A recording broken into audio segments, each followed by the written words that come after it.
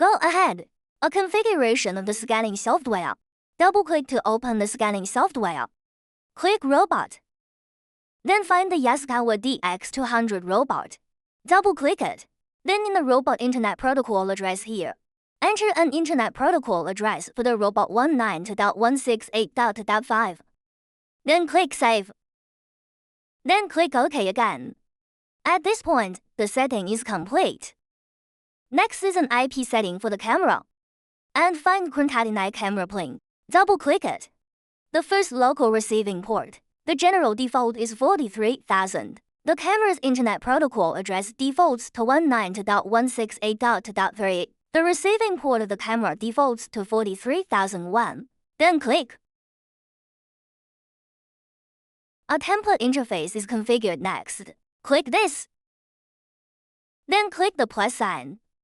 This name can be customized. For example, I can enter AQ keyword random. Click OK. Then find this QQ, double-click it, and then click a plus sign in the lower left corner. Then find the text, Vietnamese dual bar, double-click it, then click OK. The name here, enter AQ keyword random. Just like before, click OK. Then return.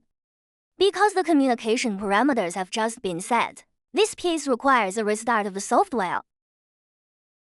Then follow one of the steps on the right. Click 1 and find QQ. Then click 2 and 3 again. OK, at this time, after connecting the camera and the robot, underneath it will show a connected state of the robot and the camera. So this time, a configuration and connection have been completed. So here's a little bit of programming for the robot and a subsequent scan.